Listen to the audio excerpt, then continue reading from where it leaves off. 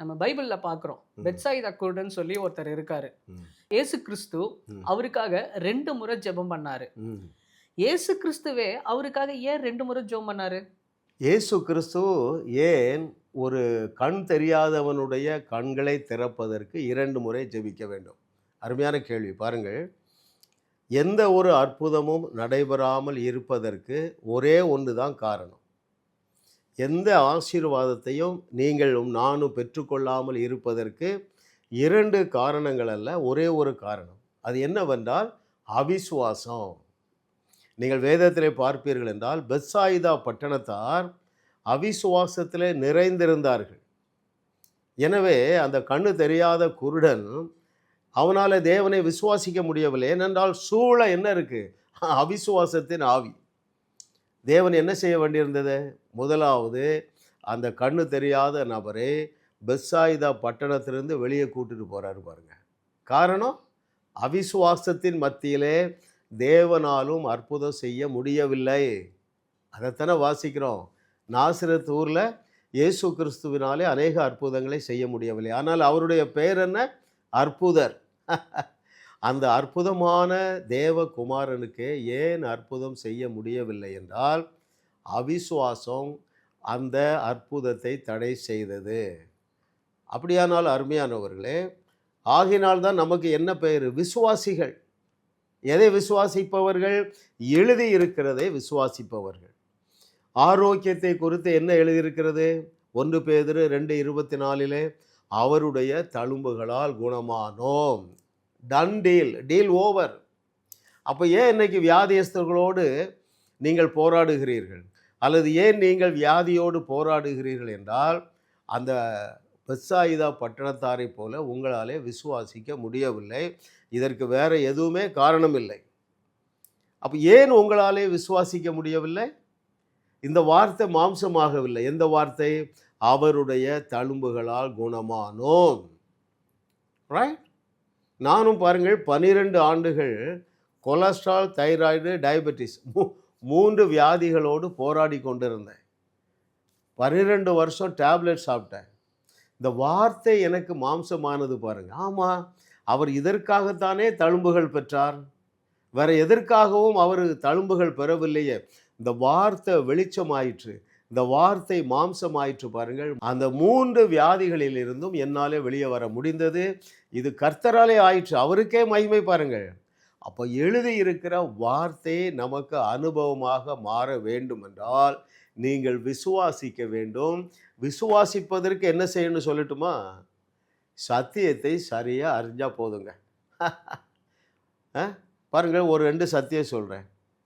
நீங்கள் மறுபடி பிறந்த பொழுது you are fully qualified as well as you are fully empowered.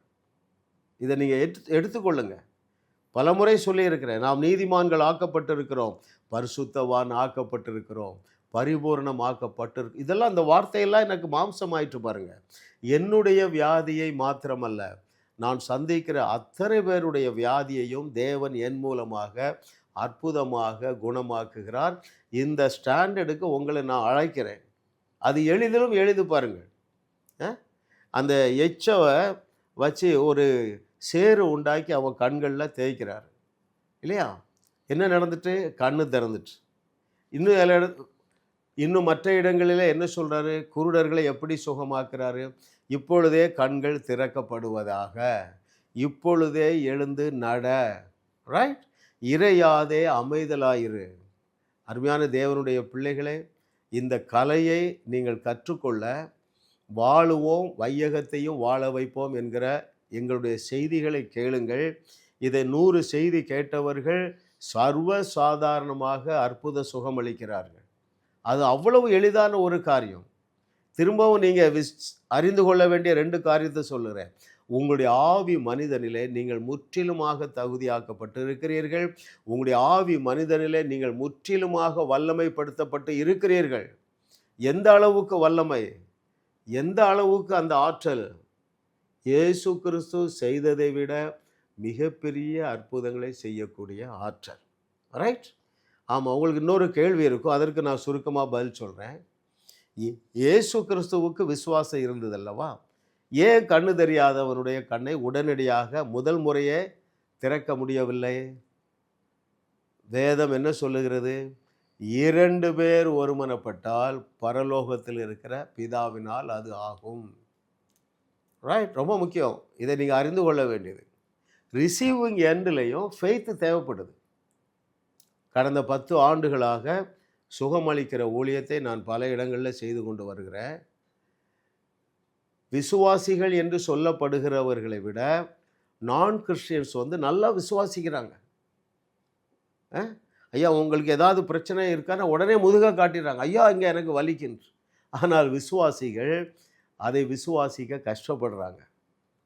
அருமையானவர்களே, ஒரு முறை பாருங்கள், கீழ்ப்பாக்க ஆஸ்பத்திரியில் ஒரு வார்டே காலி பண்ணிட்டோம். நான் ஒரு 5 பேரை கூட்டிகிட்டு போயிருந்தேன் பாருங்களேன். அங்கே சுமார் 30 பேர் இருந்தார்கள். அங்கே எல்லாருடைய தலையிலும் கை வைத்து கேட்டு செக் பண்ணோம். இங்கே ஒருத்தர் கட்டி மேலே கை வைத்துட்டு கட்டியே மறைந்து போ என்று சொன்னால் கட்டி மறைந்து போகுது. கால் வலி நீங்குகிறது, முதுகு வலி நீங்குகிறது. ரைட். ஆனால் ஒரே ஒரு சகோதரி பாருங்கள், நல்ல ஒயிட் சாரி விட்டு அவங்க பேஷண்ட்டாக இருந்தாங்க. நாங்கள் எல்லாருக்கும் ஜெபம் பண்ணி விட்டு போயிட்டோம். அடுத்த வாரம் இன்னொரு 3-4 வாலிபர்களை அழைத்து கொண்டு அதே வார்டுக்கு போகிறேன். 29 பேரும் சுகமாகி வீட்டுக்கு போயிட்டாங்க. இந்த ஒரே ஒரு சகோதரி அந்த ஒயிட் ட்ரெஸ்ஸோடு நிற்கிறாங்க. ஏன் தெரியுமா? முதல் முறையாக ப்ரீவியஸ் வீக் நாங்கள் போன பொழுது, சிஸ்டர் நாங்கள் உங்களுக்கு ஜெபம் பண்ணுறோம், உங்கள் வியாதி சுகமாயிரும்னு சொன்னால் அவங்க ஏற்றுக்கொள்ள ரெடியாக இல்லை. சரி பிரதர் ரைட், எனக்கு ஜெபம் பண்ண வேண்டான்ட்டாங்க. ஏன்? அவர்கள் என்ன நினைக்கிறாங்க? உங்கள் யாவரையும் விட எனக்கு சத்தியம் தெரியும் என்று நம்பினாங்க. பரிதாபம் பாருங்கள், அடுத்த வாரமும் அதே பெட்டில் படுத்திருந்தாங்க. நான் என்ன சொல்ல வருகிறேன் என்றால், உங்களுக்கு தேவையானது ஒன்றே ஒன்று தான், விசுவாசம். சத்தியத்தை சரியாக நீங்கள் அறிந்து கொள்ளுவீர்கள் என்றால் எழுதி தந்திருக்கிற எல்லா வார்த்தையும் நீங்கள் விசுவாசிப்பீர்கள்.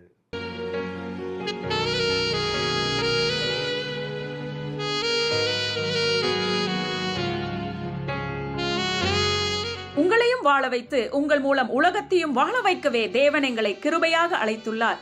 விடுதலை பெறவும் சுகத்தை அனுபவிக்கவும் எங்களோடு தொலைபேசியில் தொடர்பு கொள்ளுங்கள். இந்த சேனலை சப்ஸ்கிரைப் செய்து வீடியோவை லைக் செய்து பலரோடு பகிர்ந்து கொள்ளுங்கள். அவர்களும் ஆசீர்வதிக்கப்படட்டும்.